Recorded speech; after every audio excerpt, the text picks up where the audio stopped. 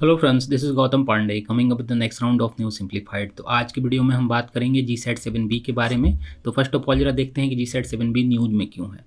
देखिए, recently defence ministry की जो डिफेंस एक्विजिशन काउंसिल है, जिसे शॉर्ट फॉर्म में हम DAC के नाम से जानते हैं, इन्होंने बहुत सारी रिक्वायरमेंट जो डिफेंस मिनिस्ट्री की थी उसके लिए एक्सेप्टेंस ऑफ नेसेसिटी दे रखी है, मीन्स AON जिसे शॉर्ट फॉर्म में हम कहते हैं, ये दिया है। और ये DAC इसको चेयर करते हैं डिफेंस मिनिस्ट्री के जो मिनिस्टर होते हैं, जो करंट में राजनाथ सिंह जी हैं, वो इसे चेयर कर रहे हैं। तो DAC ने जो एक्सेप्टेंस ऑफ नेसेसिटी दी है बहुत सारे पैसों की, ये अमाउंट है 8,357 करोड़ रुपये। इसमें बहुत सारे रिक्वायरमेंट है, उसे फुलफिल किया जाएगा। लेकिन इसमें सबसे अच्छा जो सबसे बड़ा AON मिला हुआ है वो मिला है GSAT 7B सैटेलाइट के लिए। तो ये बहुत न्यूज़ में है GSAT 7B सैटेलाइट, तो इसके विषय में जानेंगे। और साथ ही साथ ये भी जानेंगे कि GSAT 7 सीरीज़ क्या है, GSAT 7B सैटेलाइट कैसे हेल्पफुल होगा इंडिया के लिए। तो चलिए शुरू करते हैं। सबसे पहले जरा हम GSAT 7B के बारे में जानते हैं, GSAT 7C सीरीज़ के बारे में जानते हैं। देखिए, GSAT 7 सीरीज़ 2013 में स्टार्ट किया गया था। ये पहला सेटेलाइट था, इसमें 3 सेटेलाइट हैं। तो हम अगर एक एक करके समझते हैं, पहले GSAT 7 को समझेंगे, फिर 7A को समझेंगे, फिर 7B को समझेंगे, और साथ में ये लास्ट में जानेंगे कि 7B कैसे हेल्पफुल होने वाला है। तो सबसे पहले हम जरा GSAT 7 के विषय में जानते हैं। देखिए, GSAT 7 की अगर हम बात करें तो ये 2013 में लॉन्च हुआ था। और सबसे इंपॉर्टेंट बात, ये इंडिया से लॉन्च नहीं हुआ था, ये लॉन्च हुआ था फ्रेंच गुयाना से, क्योंकि उस टाइम इंडियन कंटेस्ट नहीं हो पाया होगा वैसा। और इसे बनाया था इसरो ने। ये पॉइंट हमारे लिए इंपॉर्टेंट है जानना। और ये देखिए, जब 2013 में बना था, ये पूरा डेडिकेटेड था इंडियन नेवी के लिए। ये पॉइंट हम याद रखेंगे, इंडियन नेवी को डेडिकेटेड था GSAT 7।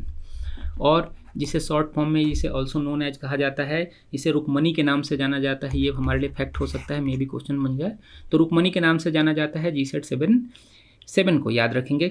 और ये इंडियन नेवी के लिए पूरा डेडिकेटेड था। आप समझ सकते हैं 2013 से पहले क्या होता था कि जो हमारी कम्युनिकेशन के लिए, जो नेवी की कम्युनिकेशन के लिए हम डिपेंडेंट थे किसी और नेशन पे। तो ऐसे में आप समझिए कि मान लीजिए कि इंडिया और पाकिस्तान का बैटल हो जाए, वॉर हो जाए, और ऐसे कंडीशन में जो इंडियन गवर्नमेंट है, इसकी कम्युनिकेशन डिपेंडेंट है USA पे या किसी भी नेशन पे, तो हम क्या होगा, हमारी जो भी सीक्रेट बातें होंगी वो वर्ल्ड वाइड सबको पता होंगी कि हमारी जो शिप्स हैं कहाँ हैं, या हमारे क्या क्या टारगेट्स हैं। तो इन सारी समस्याओं को, जो डिपेंडेंसी है, उसे कम करने के लिए, ख़त्म करने के लिए इंडियन गवर्नमेंट ने 2013 में जो इंडियन पहला मिलिट्री सैटेलाइट लॉन्च किया था, ये था GSAT 7। ये पॉइंट हमारे लिए इंपॉर्टेंट है। अब जरा हम बात करते हैं GSAT 7A के बारे में। ये तो हो गई 7 के बारे में।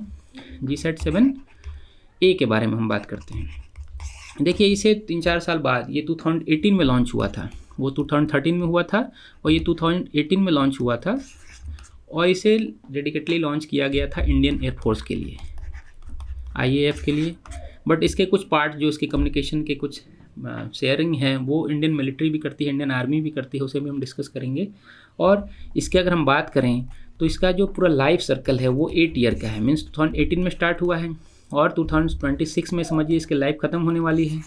तो जल्दी ही गवर्नमेंट को लगा कि कुछ नया सेटेलाइट हमारे पास होना चाहिए, और जो हमारी आर्मी की जो डिपेंडेंसी है GSAT 7A पे, उसको भी कम किया जाए, ताकि इनका अपना इंडिपेंडेंट हो, आर्मी का अलग हो, नेवी का अलग हो, इंडियन एयरफोर्स का अलग हो। ये सारे पॉइंट इसलिए इंपॉर्टेंट होता है। और देखिए, GSAT 7A की बात करें तो इसे लॉन्च किया गया था इंडिया से ही, इसरो द्वारा। ये सतीश धवन स्पेस सेंटर से लॉन्च किया गया था, श्रीहरिकोटा से। ये पॉइंट हम याद रखेंगे। पहला वाला जो था वो फ्रेंच गुयाना से लॉन्च हुआ था, मीन्स 7 जो था GSAT 7 वो फ्रेंच गुयाना से हुआ था। GSAT 7A लॉन्च किया गया सतीश धवन स्पेस सेंटर से। और इसको अगर हम बात करें, इसका रीनेम क्या है, मतलब ऑल्सो नोन एज कहा जाए, तो ये इसे इंडियन एंग्री बर्ड के नाम से जाना जाता है। उसे रुकमनी के नाम से जाना जाता था, इसे इंडियन एंग्री बर्ड के नाम से जाना जाता है। तो ये फैक्ट के तौर पे हमारे लिए हेल्पफुल हो सकता है। अब जरा हम बात कर लेते हैं इसके वेट वगैरह की। लाइफ की हमने बात कर ली। वेट की बात करें तो ये इसका वेट 2250 kg है। इंडियन आर्मी की, और साथ ही साथ जो इंडियन आर्मी के साथ साथ इंडियन एयरफोर्स की जो रिक्वायरमेंट है उनको भी फुलफ़िल करता है। इसमें देखिए, इसकी अगर बात करें GSAT 7A की बात करें हम, तो इसके जो कैपेसिटी है, उसकी पूरी की पूरी कैपेसिटी को 70% अकेले इंडियन एयरफोर्स यूज़ करती है, और इसके 30% कैपेसिटी को इंडियन आर्मी यूज करती है।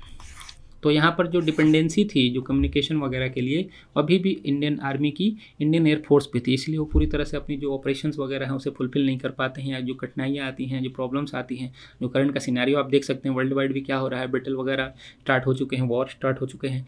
तो ऐसे में इंडिया चाइना बॉर्डर हो या इंडिया पाकिस्तान बॉर्डर हो, तो वैसी सिचुएशन में हमेशा आर्मी को इस बात की कमी लगती रही है कि उसके लिए एक डेडिकेटेड सैटेलाइट होना चाहिए, और उसी रिक्वायरमेंट को फुलफिल करने के लिए इंडियन गवर्नमेंट डेडिकेटेड सैटेलाइट बना रही है। ये होगा GSAT-7B। तो अब जरा हम GSAT-7B के विषय में बात करते हैं। देखिए GSAT-7B के विषय में देख लें हम। GSAT-7 हमने GSAT-7 सीरीज़ के विषय में ऑलरेडी डिस्कस कर लिया, जो आप ऑलरेडी पढ़ सकते हैं इसमें, 2013 में लॉन्च हुआ था। अब जरा हम GSAT-7B के विषय में बात करते हैं। देखिए सबसे बड़ी बात, ये कम्युनिकेशन सैटेलाइट है। मीन्स ऐसा नहीं कि कुछ रडार वगैरह लगाया हुआ है, ऐसा कुछ नहीं है। कम्युनिकेशन सैटेलाइट है जो इंडियन आर्मी को जो कम्युनिकेशन में हेल्प करेगा। जो लैक ऑफ कम्युनिकेशन हो जाती है कभी कभी, क्या होता है कि जो रेड टेररिज्म के कारण, आप समझिए कि मान लीजिए इंडियन आर्मी को कुछ कम्युनिकेशन की ज़रूरत है, और जो हम कैपेसिटी किसकी यूज कर रहे हैं, इंडियन एयरफोर्स के सैटेलाइट को, तो ऐसे में 100% कम्युनिकेशन कभी कभी मिसमैच हो सकता है, या कभी कभी पूरी तरह से उसकी जो कैपेसिटी है उसको यूज नहीं कर पाते हैं। तो आए दिनों आर्मी को प्रॉब्लम फेस करनी पड़ती है। तो इसीलिए GSAT-7B को एज ए कम्युनिकेशन सैटेलाइट के तौर पे लॉन्च किया गया है, और ये इंडिजीनियस सैटेलाइट होगा, सबसे इंपॉर्टेंट बात, और पूरा का पूरा डेडिकेटेड होगा इंडियन आर्मी को। ये पहली बार हो रहा है कि कुछ ऐसा सैटेलाइट जो पूरी तरह से डेडिकेटेड इंडियन आर्मी के लिए होगा, ये होगा GSAT-7B। ये पॉइंट हम याद रखेंगे, हो सकता है इस तरह के क्वेश्चन बन जाए। अब जरा हम देखते हैं कि ये कैसे हेल्पफुल होने वाला है इंडियन आर्मी के लिए भी, और साथ ही साथ इंडिया के लिए भी कैसे हेल्पफुल होने वाला है, उसके विषय में डिस्कस करते हैं। देखिए जैसे सबसे पहली बात कि जो डिपेंडेंसी है वो अब खत्म हो जाएगी GSAT-7A पे। अगर ये लॉन्च हो जाता है तो इसकी डिपेंडेंसी कम हो जाएगी। देखिए यहाँ पर एक पॉइंट याद रखना है कि अभी भी इसके जो टाइमलाइन है वो पूरी तरह से क्लियर नहीं हुए हैं कि कब ये क्लियर होगा, मीन्स कब इसे दिया जाएगा इंडियन आर्मी को, कम्युनिकेशन सैटेलाइट कब से स्टार्ट हो जाएगा। इसके जो टाइमलाइन है अभी क्लियर नहीं है, मे बी आने वाले दिनों में ये टाइमलाइन भी क्लियर होगा, तो ये हम याद रखेंगे। आगे जरा हम देखते हैं कि डिपेंडेंसी वाली बात, डिपेंडेंसी कम हो जाएगी। सबसे इंपॉर्टेंट जो सेफ कम्युनिकेशन सपोर्ट है वो मिलेगा, मीन्स रियल टाइम जो कम्युनिकेशन है उसके लिए अब इंडियन आर्मी को किसी के ऊपर डिपेंडेंट नहीं रहना पड़ेगा, और रियल टाइम कम्युनिकेशन वो यूज कर पाएंगे यहाँ पर। और उसके बाद जो करंट का जो थ्रेट चल रहा है चाइना या पाकिस्तान बॉर्डर पे, वहाँ पर इंडियन आर्मी के लिए रियल टाइम कम्युनिकेशन सबसे ज़्यादा ज़रूरी है। आप समझ सकते हैं 2020 से देखिए क्या कंडीशन चल रही है। 2020 के बाद हमने देखा उस समय से इंडिया और चाइना का जो कॉन्फ्लिक्ट है वो चला आ रहा है, तो आए दिनों हम आर्मी को प्रॉब्लम फेस करना पड़ता है, क्योंकि आर्मी ग्राउंड पे होती है, इंडियन एयरफोर्स तो बाद में जाती है, नेवी वगैरह की वहाँ ज़रूरत नहीं है।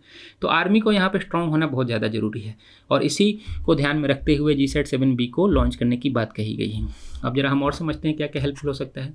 देखिए सबसे इंपॉर्टेंट क्या है कि कहा जा रहा है कि GSAT-7B जो UAV है, means unmanned aerial vehicles, UAV को बहुत ज़्यादा ऑपरेशन में हेल्प करने वाला है, क्योंकि UAV के ऑपरेशन के लिए आप समझिए एक डेडिकेटेड सैटेलाइट की ज़रूरत होगी, तो इसलिए UAV को हेल्पफुल करने वाला है GSAT-7B। और आने वाले दिनों में जो हम देख रहे हैं कि कहीं पे भी बैटल वगैरह हो रही है, वॉर हो रही है, तो UAV एक बहुत बड़ा रोल प्ले कर रहा है, क्योंकि अब करंट का जो आप रसिया और यूक्रेन के वॉर में भी देख सकते हैं कि UAV एक बहुत बड़ा रोल प्ले कर रहा है, कि ऊपर से ही आप बिना आर्मी को भेजे हुए ही किसी के लिए प्रॉब्लम क्रिएट कर देते हैं। तो UAV में हेल्प मिल होने वाला है। तो पिछले दिनों इंडियन गवर्नमेंट ने एक प्रोजेक्ट चीता किया था UAV से रिलेटेड। तो आपके लिए यहाँ पर एक क्वेश्चन है कि प्रोजेक्ट चीता इंडियन नेशन का किस नेशन के साथ एग्रीमेंट है, आप कमेंट बॉक्स में हमें ज़रूर बताइएगा। ये पूरा का पूरा UAV से रिलेटेड है प्रोजेक्ट चीता, आपके लिए यहाँ पर क्वेश्चन है। उसके बाद अगर हम बात करें तो जो चाइना की बात है, तो उनके यहाँ सोचिए एक ऑलरेडी 4 डेडिकेटेड सैटेलाइट्स हैं फॉर द आर्मी ओनली। सोचिए एक आर्मी के लिए 4 डेडिकेटेड सैटेलाइट है, और हमारे यहाँ अभी तक एक भी डेडिकेटेड सैटेलाइट नहीं है आर्मी के लिए। तो यहाँ पर एक कॉन्फ्लिक्ट हो रहा था, प्रॉब्लम हो रही थी। तो इस तरह की समस्याओं को दूर करने के लिए GSAT-7B को लॉन्च किया जा रहा है, जो आने वाले दिनों में इंडियन आर्मी को मिल जाएगा, और हमारी जो इंडियन आर्मी हो पहले से ज़्यादा स्ट्रॉन्ग हो जाएगी, और जो बॉर्डर एरिया है वहाँ पर अच्छे से निगरानी कर पाएगी, और समय पड़ने पर जो ऑपरेशंस वगैरह होते हैं उसमें भी अपना ऑपरेशन अच्छे से कर पाएगी। तो होप आपको ये वीडियो समझ में आया होगा। Thanks for watching. Current Affairs by Forum IAS is an all-in-one program that covers the dynamic aspect of the syllabus from both prelims and mains perspective. Last year, we have helped more than 100 students crack IAS with our current affairs classes.